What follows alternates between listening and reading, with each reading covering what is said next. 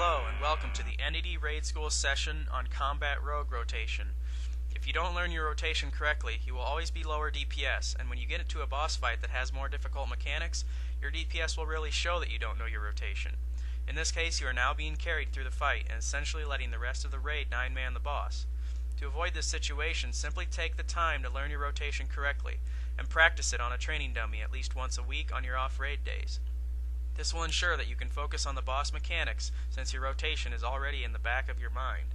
I do this with most of my 10 characters each week, and if I can manage 10, you can certainly manage at least one character. I'm going to start off by showing you some beneficial macros for a combat rogue. Type /macro to open up the interface. Alright, for the first one, it's going to be for killing spree. So we're going to create a new macro here. I'm just going to type a name in for it. Doesn't really matter. Leave this question mark chosen as the icon. In the first line, you're going to type pound show tooltip, all one word, space, and then the name of the spell. You could also shift click the spell from your spell book if you wanted to. So I'm going to type killing spree. On the next line, I'm going to use a trinket that has a use effect. I've got two of them, so I'm going to use one of them for this spell and one of them for another spell. So I'm going to type /use space and then shift click the name of the trinket, and it appears right there. And then when I use this ability, it's going to use that trinket first. And then the next line I'm going to type /use killing spree. Alright, and then when you drag this down to your bar and close the interface, it'll show that icon. It'll also show the cooldown to that icon when you use it, so it's useful. The next macro I use for a combat rogue is for adrenaline rush. Just the same things.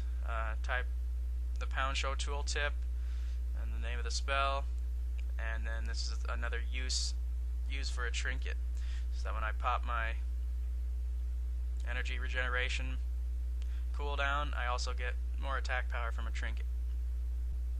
The next macro I use is useful for any type of rogue. These are your tricks of the trade macros. I make one for the tank and one for another rogue, because with a 2-piece of tier 10, rogues can trade tricks to get 15% more damage and 15 energy. This is the one I use for the tank. It's going to be show tooltip tricks of the trade /cast, and then you do this bracket target equals focus, close bracket, tricks of the trade. Now whenever I get into a raid, I find the tank and I focus him.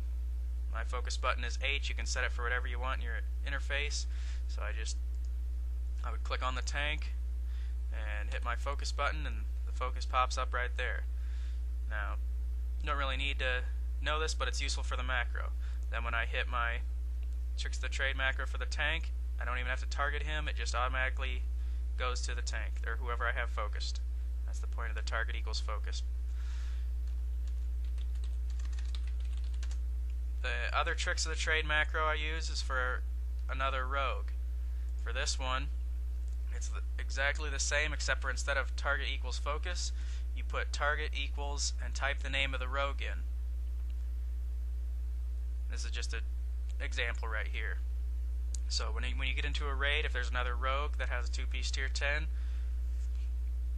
just type their name in there, and when you hit that tricks macro, it'll give it to him, and if he gives his to you at the same time, you'll both be doing the same amount of threat, but you'll both get the 15% damage.